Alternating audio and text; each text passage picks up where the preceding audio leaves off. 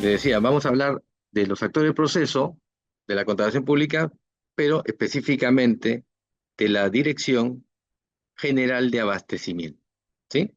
Y para entender el rol importante que tiene la Dirección General de Abastecimiento en el proceso de contratación pública, es importante ver cómo es que usualmente se ha enfocado, cuál ha sido la perspectiva tradicional de este tema, ¿no? Que se ha centrado básicamente en la contratación. El foco de atención estaba en si se había contratado a un precio razonable, si es que los bienes contratados eran adecuados o no, y solamente ahí, ¿no? Se centraba en el presupuesto, si la entidad gastó o no gastó. Básicamente el enfoque tradicional de la contratación se fijaba en la entidad y el proveedor y en el contrato que celebraban, ¿no? A ver ese contrato, si el precio es acorde, cercano a lo que es el mercado, y ahí se quedaba, ¿no? Esa era la visión tradicional, ¿no? Miraban solamente el árbol, y solo el árbol. Pero no se fijaban, por ejemplo, si es que de repente puede haber sido una contratación estupenda, a un costo los bienes que están inclusive hasta un poquito por debajo del mercado. Se compró en una cantidad importante y por eso de repente la entidad obtuvo un precio muy, pero muy bueno. Y si hacemos la comparación con la región, seguramente decimos es el mejor precio de Latinoamérica que hemos conseguido, ¿no? Pero ¿qué pasa si esa contratación que hemos hecho en un volumen importante, grande, no llega a los ciudadanos? Se malogra en los almacenes, no se mantiene de repente la temperatura que es aquella adecuada, por ejemplo, tratándose de medicamentos, supongamos que fueran medicamentos, ¿no? Y se malogra estos medicamentos o los bienes o servicios que se están contratando, se quedan en un almacén y se malogran. O simplemente no se sabe siquiera dónde están, en dónde puede acceder el ciudadano a estos bienes y servicios, ¿no? O sea, si nos quedamos solamente en la compra, el Estado no está cumpliendo su fin. El fin de la compra pública es satisfacer una necesidad, y esa necesidad es la necesidad del ciudadano. Entonces, si nos quedamos solamente en el enfoque del contrato, de cuánto pagamos, qué compramos y nada más, y de repente hasta aplaudimos, ¿no? Oye, qué buen contrato. Nuestro enfoque es muy limitado.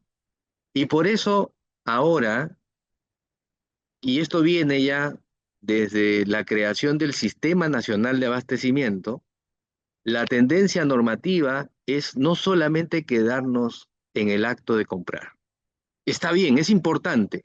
Es una etapa, una fase muy, pero muy importante, tan importante como los actos preparatorios, la planificación. El contratar es importante, sí, pero no debemos quedarnos solamente en eso, sino que tenemos que hacer que eso que hemos comprado llegue a satisfacer la necesidad del ciudadano. Por ejemplo, nuestro ciudadano bien informado podría ser que sepa que una medicina que necesita el ciudadano ha sido adquirida por el Estado en una cantidad suficiente como para abastecer a toda la población, a toda la ciudadanía que lo necesita. Les aseguro que este ciudadano va a un hospital y le van a decir que no hay. De repente en ese hospital no hay. De repente ese medicamento que necesita el ciudadano está en otro hospital.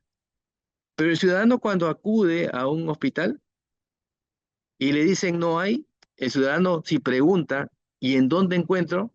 Les aseguro que la entidad, ese hospital, le va a decir no sé. ¿Es eso posible en la actualidad con la tecnología que se cuenta? ¿Es eso posible que un estado como el nuestro suceda algo así? Imposible, ¿no?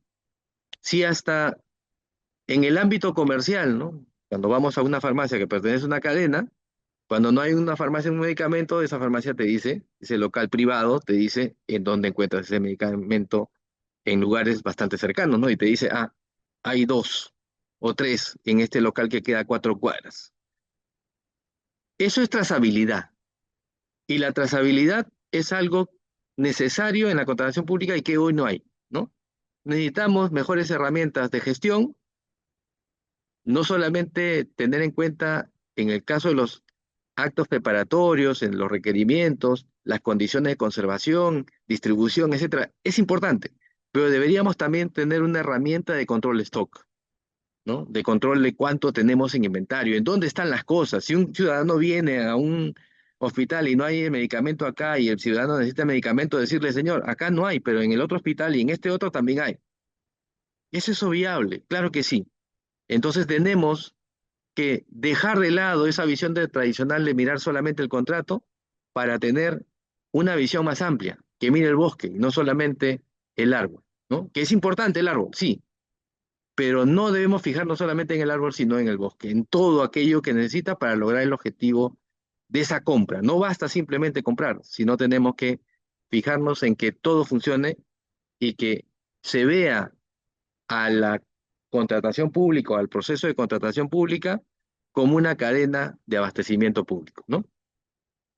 Entonces, en el proceso de contratación pública participan varios actores. Usualmente hemos colocado el enfoque siempre en la entidad contratante y el proveedor, en los contratos, y solamente en las convocatorias, en los contratos y ahí.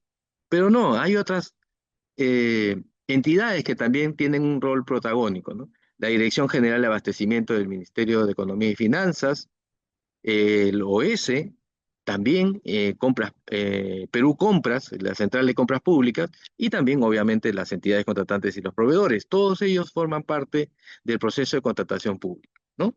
Y les decía, voy a enfocarme específicamente a la importancia, relevancia que tiene la Dirección General de Abastecimiento, porque de acuerdo a la ley 32069, nuestra Ley General de Contrataciones Públicas, eh, en su artículo 10 nos dice que la Dirección General de Abastecimiento es el ente rector, es la máxima autoridad técnico-normativa del Sistema Nacional de Abastecimiento. Todo el sistema, la compra, absolutamente todo, la distribución, almacenamiento, trazabilidad, todo puede ser normado por la Dirección General de Abastecimiento, ¿no? Es la máxima autoridad técnico-normativa y va a ejercer sus funciones de acuerdo a lo establecido en el decreto legislativo 1439, que data de años atrás, ¿no? Que creó el Sistema Nacional de Abastecimiento. Y este decreto legislativo 1439 tiene a su vez un reglamento. ¿Cuáles son las funciones de acuerdo a ese decreto legislativo 1439? En su artículo 6, las funciones de la Dirección General de Abastecimiento, bueno, reconoce en primer lugar que es la máxima autoridad técnico-normativa, que estamos viendo que en la 32069 también se replica, y nos dice que entre sus funciones tiene otras más, ¿no es cierto? Pero las más importantes, por tema de tiempo, ¿no? Programar, dirigir, coordinar, supervisar y evaluar la gestión de las actividades que componen el Sistema Nacional de Abastecimiento. Aprobar la normatividad y los procedimientos que regulan el Sistema Nacional de Abastecimiento. Inclusive, emitir opiniones vinculantes en materia del Sistema Nacional de Abastecimiento. Todo lo que tiene que ver con la cadena de abastecimiento público, con el Sistema Nacional de Abastecimiento, va a poder emitir la Dirección General de Abastecimiento una opinión vinculante en materia del Sistema Nacional de Abastecimiento. Tiene otras funciones, pero aquí quiero que se ponga especial atención.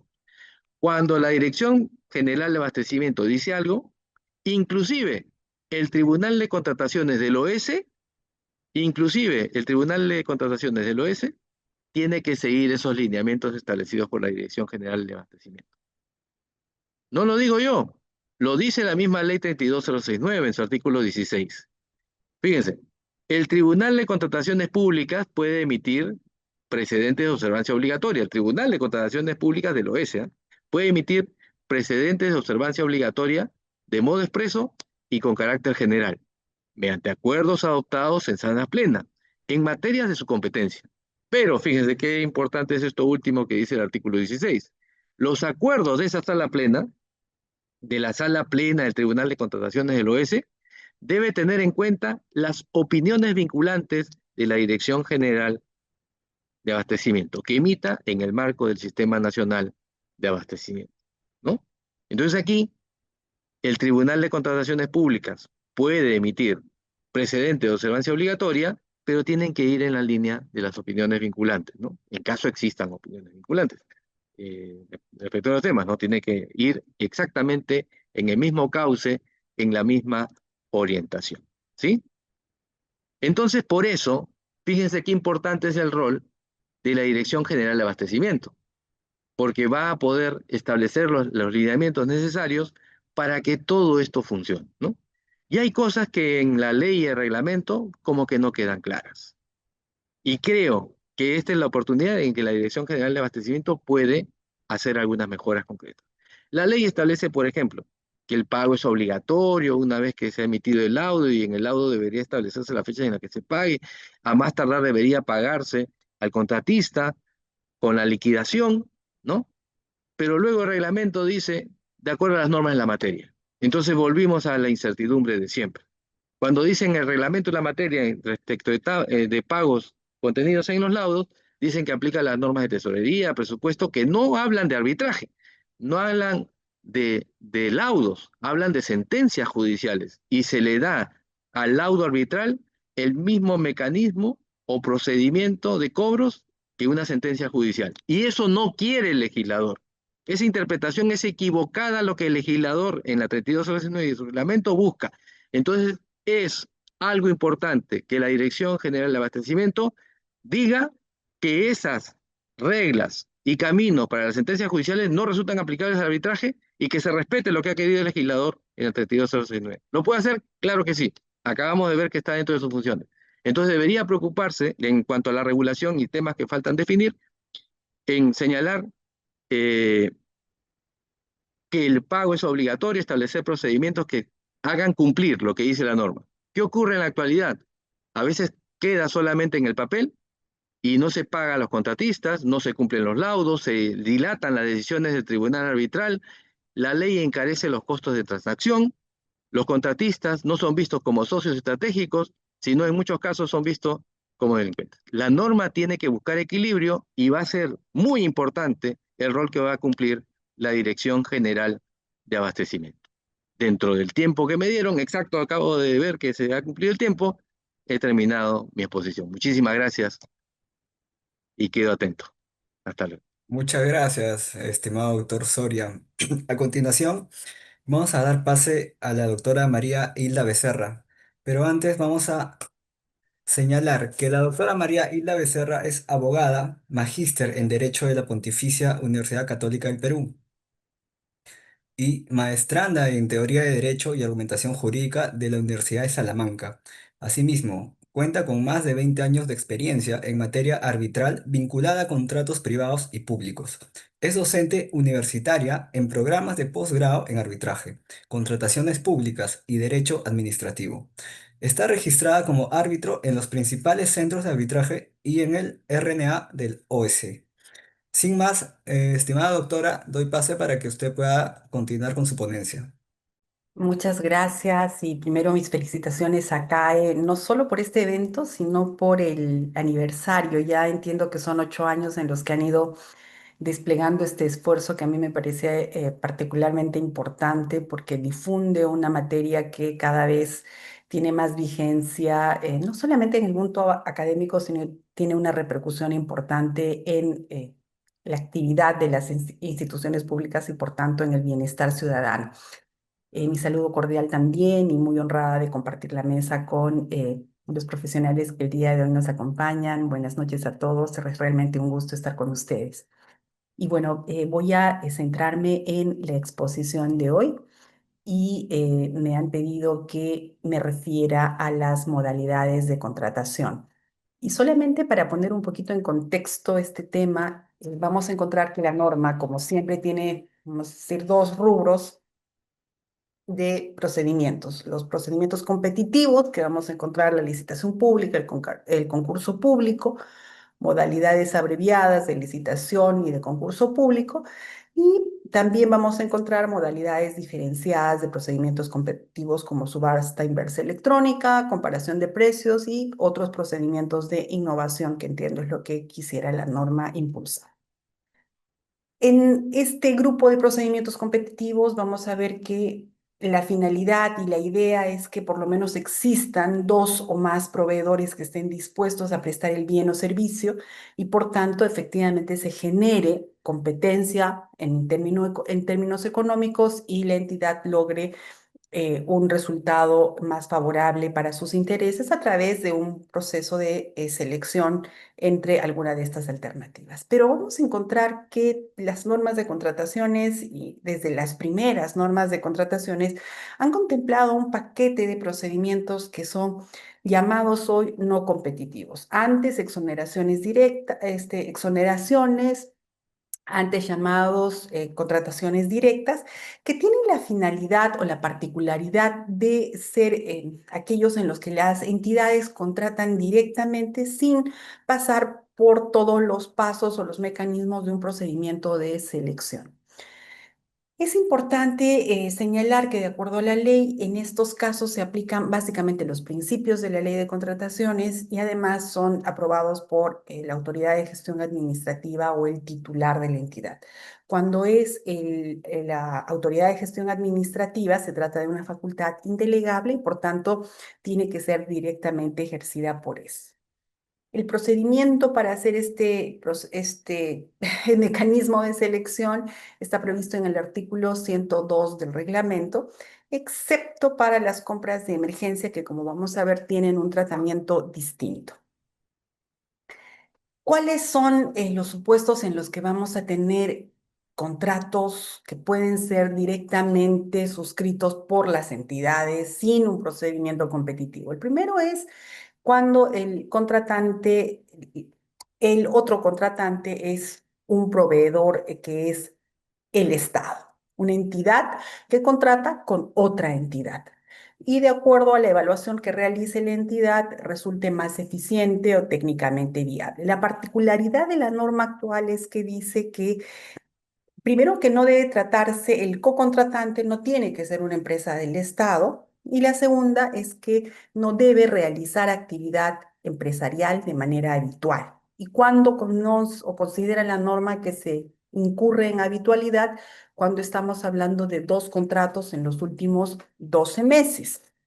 Pero, digamos, estaba pensando en cuál sería un buen ejemplo de este tipo de contratación y un ejemplo típico era la contratación, por ejemplo, que hacía la UNI para imprimir sus exámenes de admisión, que era un procedimiento en el que contrataba directamente con la imprenta de las Fuerzas Armadas, entiendo que con la FAP. Pero si miramos esta limitación que actualmente tiene la norma, que dice que no debe ser una actividad que tenga que no realice una actividad empresarial de manera habitual y que habitualidad se entiende con dos contratos en los últimos meses, creo que allí ya estaríamos en un problema porque en el ejemplo que les planteo todos sabemos que al menos existen dos procesos de admisión en el año, con lo cual podríamos estar ya en un supuesto de habitualidad y por tanto la entidad ya no podría contratar con esta modalidad. Eh, no sé exactamente cuál otro sería un ejemplo aplicable justamente por esta limitación que señala la norma. Se contrata directamente siempre que no exista habitualidad. El otro caso que todos recordamos y que siempre ha estado en la normativa es el desabastecimiento, que como sabemos se trata de ausencia inminente del bien o servicio y la norma desarrolla el concepto señalando ahora que se trata de una situación extraordinaria e imprevisible que puede afectar el funcionamiento de la entidad o la prestación de un servicio específico.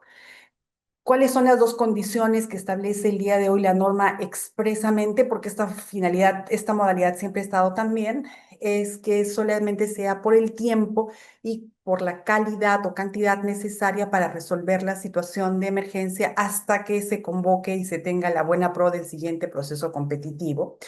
Y si es que ya no hubiera alguna necesidad de un procedimiento competitivo posterior, porque ya se ha generado la satisfacción de la necesidad, tiene que haber un informe de sustento. Cuando no procede específicamente en contrataciones consecutivas que se generen por el mismo hecho.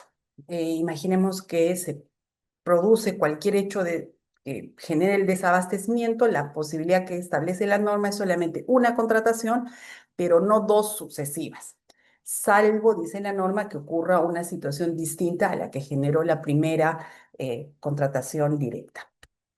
Siempre tiene que tratarse de necesidades anteriores a la fecha de aprobación del procedimiento no competitivo, porque la idea es justamente subsanar, solucionar, atender una urgencia de la entidad. Siempre tiene que resultar exclusivamente para lo que sea necesario para atender esa situación de desabastecimiento, nunca en forma posterior. Y jamás no procede regularizar en el caso de desabastecimiento. No procede realizar en vías de regularización. Cuando el desabastecimiento se origine en la conducta o en la omisión de algún servidor, se debe iniciar el procedimiento para establecer la responsabilidad que corresponde. Otra cuestión que es importante, que también siempre ha estado contemplada, aunque a veces con distintas denominaciones, es el tema del proveedor único y servicios personalísimos. Cuando hablamos de servicios personalísimos, estamos hablando de servicios en aquellos en los que la contratación se hace en razón de la persona. Yo, por ejemplo, contrato a un especialista específico por la característica de especialidad que tiene o porque tiene cierta experiencia reconocida en la materia. Y como yo contrato básicamente en razón de la experiencia personal de este profesional, por ejemplo, no es posible generar subcontratación y obviamente tampoco puede ser con respecto a una persona jurídica. Siempre tiene que ser respecto de una persona natural. ¿Por qué? Porque los servicios personalísimos son eso, se hacen en función de la persona específica del proveedor. Otro caso es el proveedor único, que son aquellos que tienen algún tipo de, vamos a decir, limitación legal o alguna condición por la que no es necesario convocar un proceso de selección. El caso típico es la licencia de software, por ejemplo, en la que si la entidad utiliza determinado software para determinada actividad, es evidente que tiene que seguir contratando la actualización y lo que sea necesario con ese proveedor de software y no con otro. Por eso es que es importante que las contrataciones respecto de estos bienes que generan, vamos a decir, una dependencia, también tengan en consideración que luego van a generar contratos de proveedor único en el futuro. El caso típico, software. Otro asunto que también está en el tema de por contratación directa, los medios de comunicación, radial, televisivo. Creo que la novedad de la norma es que dice que ahora es escrito y digital. Evidentemente, los medios digitales son ahora medios de comunicación. No sé si era necesaria la precisión. Y está referida básicamente para publicidad estatal y para financiamiento público indirecto, que es lo que ocurre en los procesos electorales. Todos nos acordamos, por ejemplo, de la franja electoral, que es una contratación que realiza ONPE. Entonces, en esos dos casos vamos a tener también contrataciones directas. Ojo, cuando estamos hablando de publicidad estatal, estamos hablando de aquel supuesto en el que, por ejemplo, por interés público, la entidad tiene necesidad de realizar alguna contratación. Imaginemos una campaña de vacunación. El día de hoy tenemos una situación muy complicada de tosferina en la selva. Lo lógico sería que sea una intensa campaña de comunicación para solucionar el problema, obviamente como mecanismo alterno a lo que haga el MINSE, efectivamente. Y en este caso, evidentemente, necesitan cierta difusión con determinadas características y para eso es que se utiliza el concepto de publicidad estatal. No es para hacer campaña electoral por nadie. Otro tema que, digamos, está incorporado y absolutamente regulado con muchísimos detalles en la norma actual son los bienes y servicios utilizados en actividades de investigación, desarrollo e innovación, el famoso ID más I, que siempre son elementos que han estado en la norma inclusiva anterior de manera un poco más genérica, pero el día de hoy está absolutamente, vamos a decir, detallado y tiene ciertas condiciones. Primero, tienen que ser directamente utilizados en las actividades de investigación, desarrollo e innovación y debe ser una actividad que se realiza en ejercicio de sus funciones. Por ejemplo, Pensemos en la universidad agraria y, digamos, material genético que necesitan comprar para sus investigaciones en agronomía. Caso típico de contratación por esta materia. ¿Cuál es qué es o sea, digamos, cuáles son los requisitos adicionales que pide la norma que la entidad que contrata esté dentro del sistema de investigación, ciencia y tecnología SINACTI? Que además el programa específico de investigación esté inscrito en el PRONACTI y que además tenga la certificación de CONCITEC. Como vemos, todos estos requisitos hacen que este tipo de contratación, yo no sé hasta qué punto realmente solucione el problema o genere más trámites y más autorizaciones que las que podríamos pensar como razonables, ¿no? Necesito la autorización de PRONACT y la certificación de CONCITEC. Hay todo un trámite que tendría que cumplir la entidad previamente ante estas dos entidades que den la certificación correspondiente para los productos específicos que se piden y por el periodo de ejecución de la investigación. Yo no sé si tanta regulación es necesaria para esta materia cuando probablemente un buen informe de costo-beneficio y de pertinencia de la contratación sería suficiente, pero bueno, esto es lo que nos pide la norma.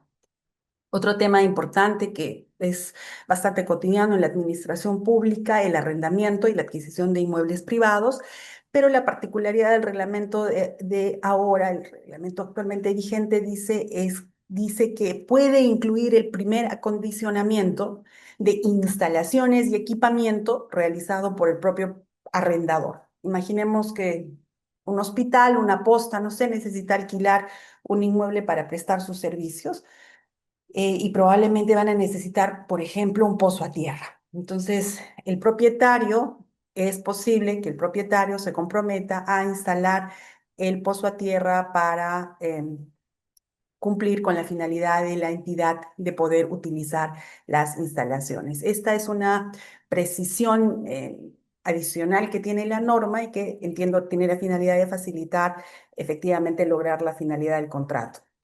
Las actividades de asesoría también siguen en la modalidad de exoneraciones y una de ellas es la modalidad de asesoría para funcionarios y exfuncionarios públicos, miembros y exmiembros de las Fuerzas Armadas y Policía Nacional por actos, omisiones o decisiones adoptadas en el ejercicio de sus funciones. De acuerdo a la ley de la materia, cuando un funcionario se ve involucrado en un proceso de cualquier tipo, tiene derecho a solicitar asesoría legal de la entidad en la que prestó el servicio, con cargo a que si es exonerado de responsabilidad finalmente, el Estado asume ese costo de asesoría y si no, tendría que hacerlo el propio funcionario o ex servidor. Entonces, esta es una modalidad que se mantiene, no veo ninguna particularidad adicional en este tema. Un asunto adicional son las asesorías para procesos arbitrales o judiciales y hay la precisión de que se incluye la etapa previa al inicio de los procesos. Y una cuestión importante que es absolutamente útil para las entidades y creo que debería utilizarse más, pero eso implica una actividad de gestión importante, de ejecución del contrato y cierre del contrato, es la contratación del saldo de ejecución cuando el contrato haya sido declarado nulo, pero solo por dos causales, documentación falsa o impedimento de contratar con el Estado. Si es que la entidad declara la nulidad del contrato por esas dos causales o resuelve el contrato por cualquier causal, puede iniciar este procedimiento de contratación directa y tiene que tratarse de un proceso en el que previamente ha existido un procedimiento de selección competitivo. Evidentemente, por ejemplo, si yo estoy contratando el saldo de obra para la ejecución de la obra, tiene que incluir la consultoría para la elaboración del expediente del saldo de obra y la consultoría para la supervisión de la obra. Este asunto no quedaba muy claro de la norma pasada, era una cuestión de sentido común, pero el día de hoy está expresamente prevista. Y los servicios de capacitación, y aquí sí me sorprende la exigencia, y no sé hasta qué punto otra vez esta regulación va a ser eficiente o no, pero dice que cuando la entidad requiera capacitación a sus profesionales puede recurrir a instituciones nacionales, siempre que tengan algún tipo de acreditación según el CINEACE, Y cuando se trate de instituciones extranjeras, que a mí esto sí me parece, no sé hasta qué punto posible de cumplir, que se trate de un organismo especializado y acreditado por una agencia extranjera conforme a los lineamientos del CINEAS.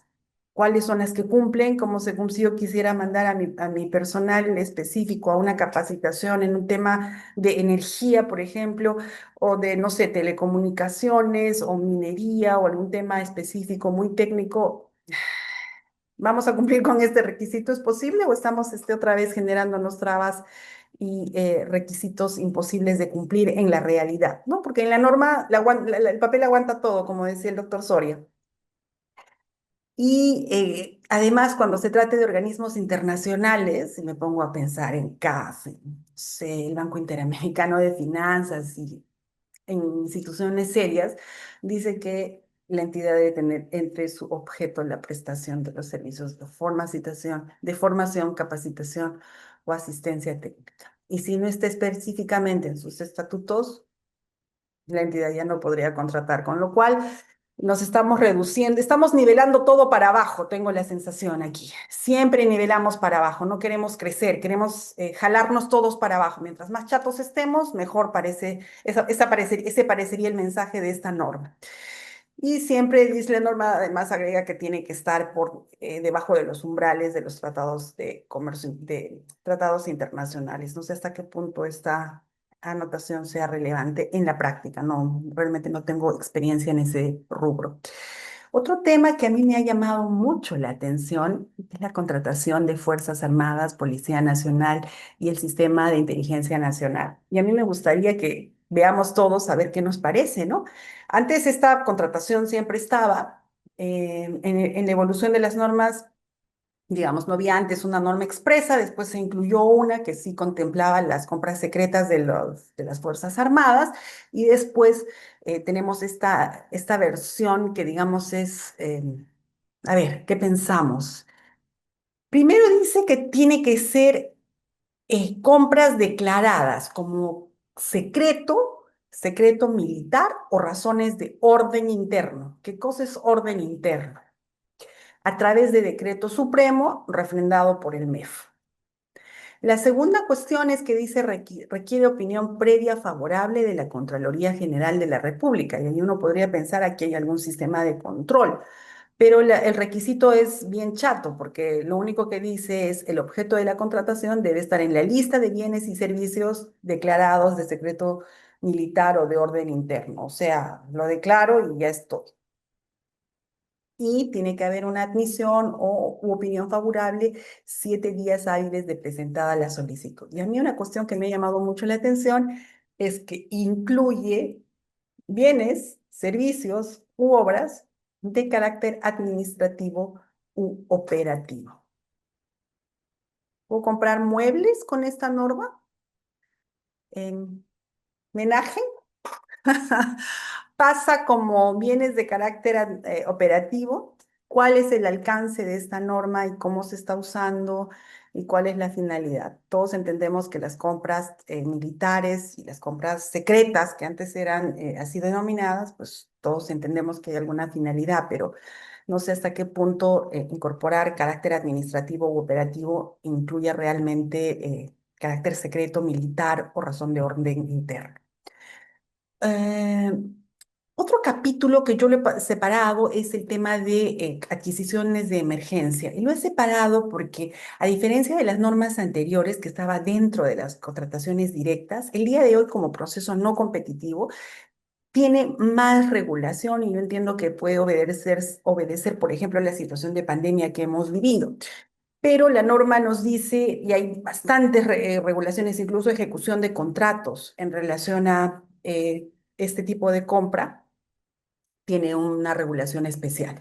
La primera es que se trata de bienes y obras estrictamente necesarios para prevenir la inminencia de la ocurrencia, dice, o atender las consecuencias de la ocurrencia de la situación de emergencia.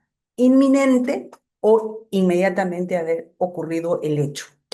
La entidad debe contar con recursos necesarios y cuando el bien o servicio se ejecuta íntegramente dentro de las 72 horas de la emergencia o del desastre, se autoriza primero el pago adelantado con ciertos topes dependiendo del nivel de gobierno. Se autoriza la exoneración de la presentación de carta fianza del fiel cumplimiento, que es una cuestión lógica, porque entiendo que si ya se ha prestado el servicio, ¿para qué prestaríamos una carta fianza adicional? Y luego también admite comprar parcialmente de acuerdo al stock disponible. Y además hay una declaración ahí de preferentemente a proveedores locales, ¿no? Esto de compras parciales con stock disponible no calificaría como bienes, como fraccionamiento, perdón. ¿Cuál es la característica fundamental de este tipo de compras? Primero, la regularización, porque recordemos que imaginemos que pasa una inundación o un huaico, como le decimos aquí, entonces, ocurrida la desgracia, es evidente que se tiene que comprar y luego regularizar. Este es el único caso de regularización en compras directas. Todas las demás tienen que tener todo el procedimiento previo. En cambio, en compras directas sí hay una regularización dentro del plazo de 20 días hábiles. Esa es la regla general, pero es posible que cuando se produzcan más de 10 contrataciones de esta naturaleza en un mes o 20 contrataciones de esta naturaleza en un mes, los plazos de regularización del procedimiento también van cambiando. ¿Cómo se regulariza? Publicando en el Pladicop, la documentación básicamente son los informes que sustentan la procedencia de la contratación, la resolución o acuerdo que aprueba el requerimiento y el contrato o los requisitos que hubieran suscrito. Una cuestión importante es el tema de las cartas fianza. La regularización dice que puede ocurrir 10 días después de producida la inscripción o regularización en el Pladicop, pueden ser 10 días hábiles adicionales. 10% del monto de la garantía es el monto de la garantía del contrato original o de las prestaciones que aún no se hayan ejecutado. Y creo que ahí hay una cuestión de sentido común, ¿no? Si ejecutaron el 80% de la prestación y al 10.º día, perdón, al 20.º día que se está terminando de regularizar, solo falta el 10%, pues no es muy lógico pedir una garantía por el 100% de la prestación. Esto a mí me parece que es una cuestión de sentido común. Y no corresponde exigir garantía cuando ya se haya agotado la prestación o cuando se haya producido el consentimiento de la liquidación final, porque evidentemente en este caso ya no tiene sentido la carta fianza, porque recordemos que la fianza tiene la finalidad de garantizar el cumplimiento del contrato. Si el contrato se ha cumplido, se ha pagado, se ha dado la conformidad, pues ya no tiene mucho sentido exigir una carta fianza. Y creo que este asunto está previsto expresamente, pero siempre ha sido, desde mi opinión, posible hacerlo porque era una cuestión de sentido común, ¿no? Pero bueno, no siempre se ha aplicado seguramente y ahora la precisión está hecha. Una cuestión que sí contempla la norma expresamente es que es posible hacer compras centralizadas. Este es un supuesto en el que todas las entidades afectadas o involucradas en la emergencia pueden solicitar a Perú Compras que realice algún tipo de contratación y el requisito es que sean emergencias de nivel 4 y 5 calificadas de esa manera por el SINAGED. Y luego Perú Compras e INDECI deben coordinar inmediatamente las compras centralizadas de emergencia. Entendemos que esta es una medida destinada a agilizar la compra en un momento particularmente crítico para la situación. Una cuestión que es importante es que desde que se produce la emergencia hasta el año siguiente, imaginemos que ha habido el huaico el día 20 de enero, hasta el 20 de enero del año siguiente, se puede contratar directamente para ese evento. Pasado el año, durante la vigencia del segundo año, es posible contratar en modalidades abreviadas de licitación o concurso público sin tener en cuenta el monto de la cuantía. Esa es una, vamos a decir, segunda facilidad para este tipo de adquisiciones. Pero vencido este segundo año, las compras se producen, digamos, en procedimientos regulares, porque ya se entiende que después de 2 años ya no tenemos ninguna necesidad urgente de atender la emergencia. Lo importante de la situación de emergencia, primero que tiene procedimiento especial, específico, hay normas específicas que regulan la ejecución contractual para situación de emergencia y en todos los casos está sujeto a regularización. Esos tres elementos distinguen la situación de emergencia y es, creo yo, una modalidad de compra importante. Lo que no sé es si era necesario tenerlo así de detallado en un reglamento, pero bueno, así estamos. Parece más una directiva y esperemos que funcione. No sé cómo voy de tiempo. Muchísimas gracias. Siempre es un gusto participar y agradezco siempre acá la oportunidad. Muchísimas gracias. Muchas gracias, doctora María Becerra. Finalmente, vamos a dar pase al doctor José Antonio Treyes. El doctor José Antonio Treyes es abogado por la Pontificia Universidad Católica del Perú con posgrado en gestión pública por la Escuela de Gobierno de la misma universidad y postítulo en contratación pública por la Pontificia Universidad Católica del Perú, con diplomado en Derecho de la Construcción y diplomado en Gestión de Proyectos por la Pontificia Universidad Católica de Chile, docente y especialista en gestión pública, contratación pública y solución de controversias. Es autor de diversos artículos relativos a su ámbito profesional y expositor en diversos eventos nacionales. Sin más, doctor, le doy pase para que pueda abordar el tema sobre consultas y observaciones en la selección y la elevación de las bases al OS. Muchas gracias, Carlos. Muchas gracias, Alfredo y María Hilda, por sus brillantes exposiciones. Espero poder igualmente ilustrar desde la exposición que me toca a mí. Voy a compartir pantalla, si me permiten, y voy a tomar en consideración el tiempo para acelerar un poco nuestra exposición. Cuáles son los temas que me ha pedido el CAE que aborde en esta exposición? Esencialmente, una evaluación de las consultas y observaciones a las bases y la elevación al pliego, ¿no? Del pliego al OS. Vamos a, vamos a inicialmente, digamos, a quienes están introduciéndose en el mundo de las contrataciones, a empezar a definir qué cosas son las consultas, qué cosas son las observaciones a las bases. Para esto, esta imagen creo que va a ser suficiente para entender que las consultas y observaciones constituyen la etapa en la que la entidad y los proveedores, participantes ya registrados en un procedimiento, tienen la oportunidad de interactuar. En otras legislaciones, en otras experiencias, en los materiales de lectura que ustedes vayan a poder leer respecto a esta etapa, seguramente encontrarán mucha literatura referida a que nos encontramos en el momento crucial en el que el contratista, el futuro contratista, el participante, puede negociar con la entidad algunos alcances del requerimiento. Esto significa que es la ventana que tiene el participante para interactuar transparentemente con una entidad y poder en ella establecer algunas consultas o discutir algunos alcances de las reglas de la contratación o de la convocatoria. Inicialmente, vamos a entender, digamos, de manera general, que si yo encuentro algunos aspectos oscuros, algunas omisiones o algunos detalles poco claros, podría encontrarme en el escenario de las consultas, en el espacio en el que yo le pueda solicitar a la entidad que me informe de manera puntual y objetiva, transparente, cuáles son los alcances de sus contrataciones, cuáles son, digamos, las precisiones de sus términos de referencia, al expediente e incluso a las especificaciones técnicas que existen en su contratación. Es decir, yo tengo la oportunidad de solicitar aclarar algunos puntos que existan en la disposición, pero no solamente aclarar lo que está escrito y redactado ahí, sino que me puedan informar adicionalmente algunos aspectos que no han sido desarrollados.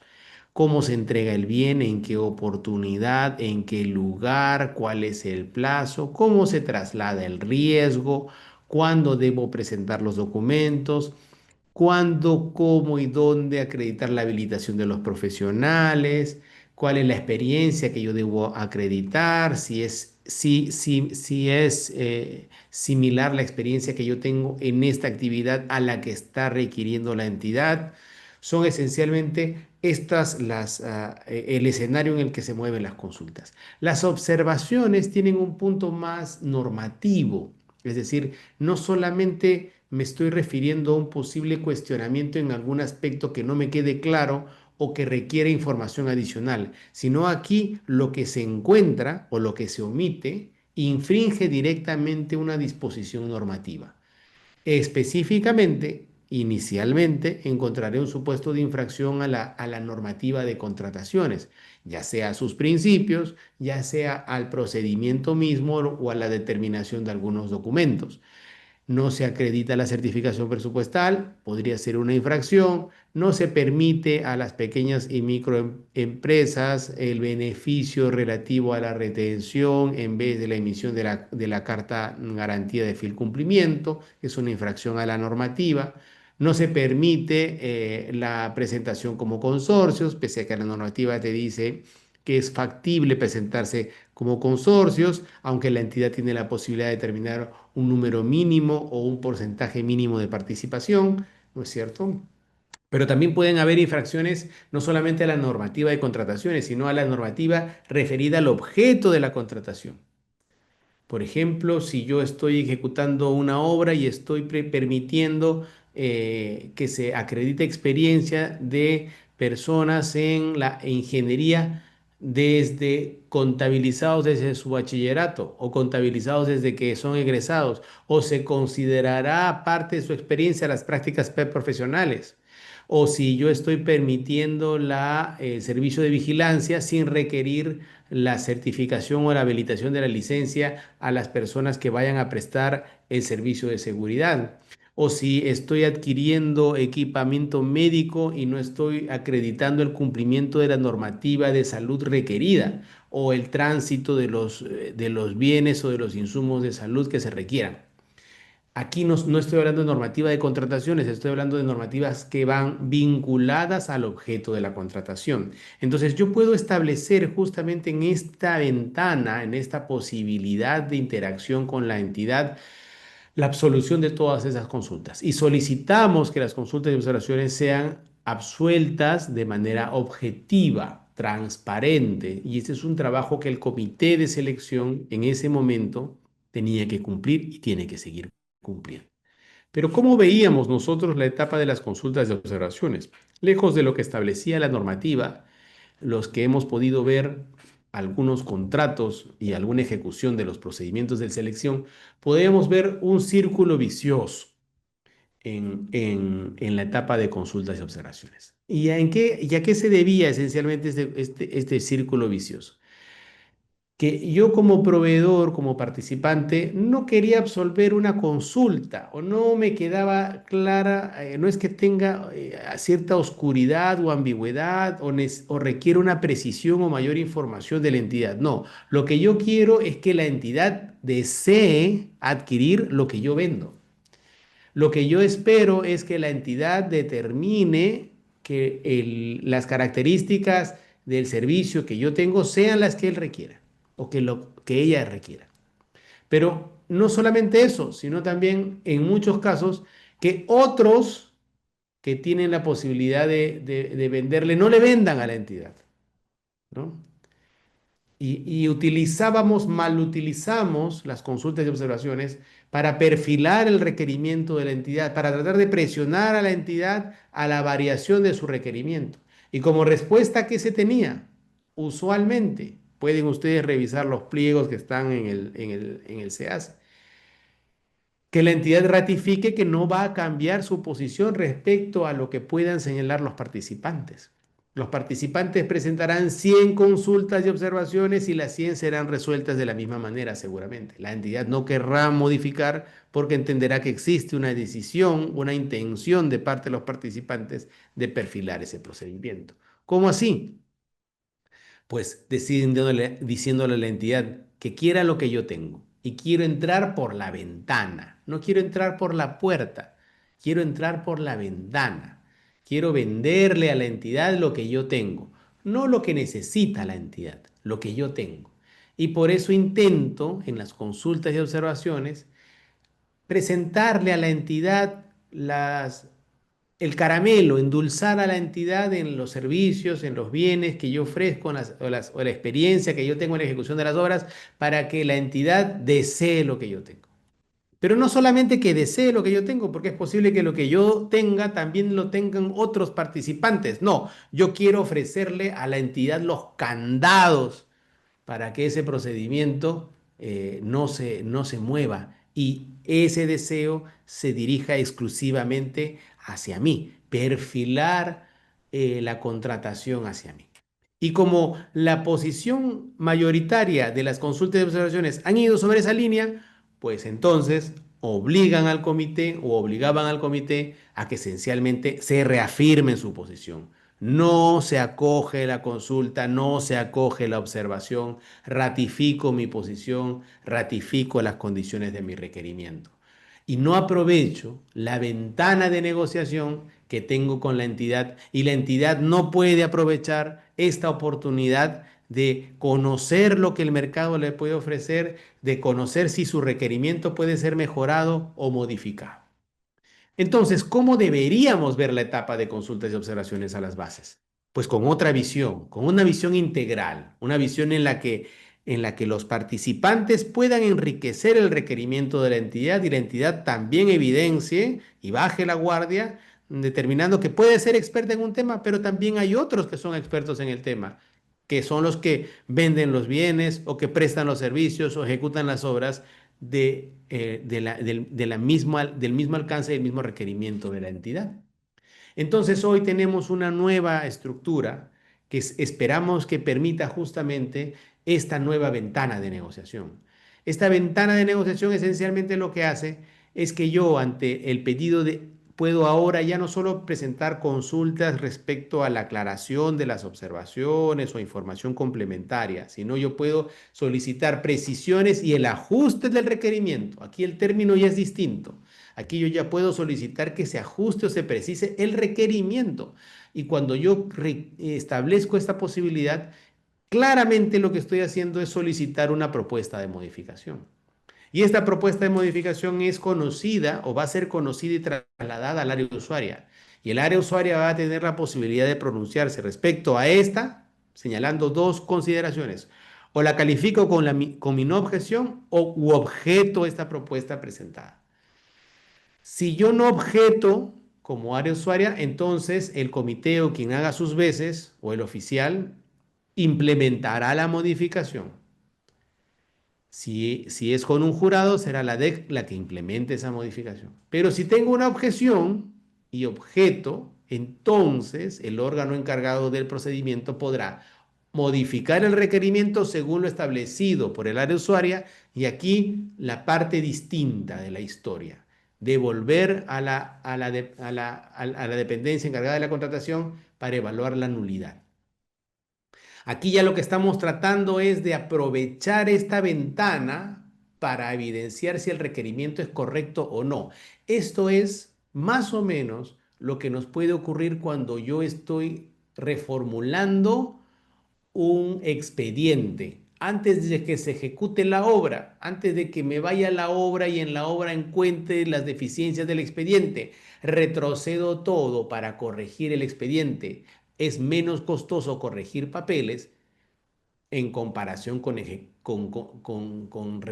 reformular una ejecución. Lo mismo ocurre aquí. Esperemos que esto sea, digamos, el camino óptimo y que no sea pues, un mecanismo esencialmente dilatorio, pero la alternativa y la posibilidad existe para que esto se presente. Ahora bien, la modificación relevante también en este supuesto, que los evaluadores, sea el comité o sea el oficial, puedan, en el caso de que la ejecución sea únicamente de una obra, evidenciar si esta consulta o observación, este requerimiento de modificación, modifica o replantea el expediente, la obra. Si no lo modifica, pues entonces lo remito directamente al área usuaria para que establezca su objeción o su no objeción. Pero si sí modifica, no le pregunto inicialmente al área usuaria, remito al órgano técnico encargado de la evaluación del expediente técnico para su corrección.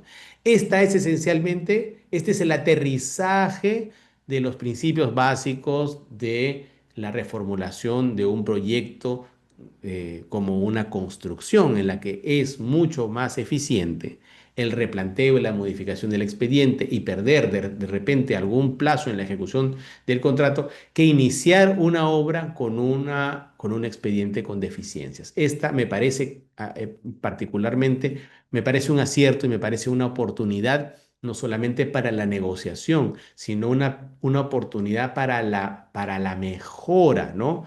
Digamos, como ejemplo y como ejercicio, en la contratación privada he podido ver que en muchos casos empresas que llaman a posibles ejecutores de obra les entregan los expedientes y les dicen, les pagan para que en conjunto realicen una corrección, un replanteo, una modificación, sabiendo que van a ser los posibles ejecutores. Pero así la entidad o el contratista, en este caso la empresa, se cura en salud para perfeccionar el expediente y esa es la oportunidad que podría estar presentándose en este caso.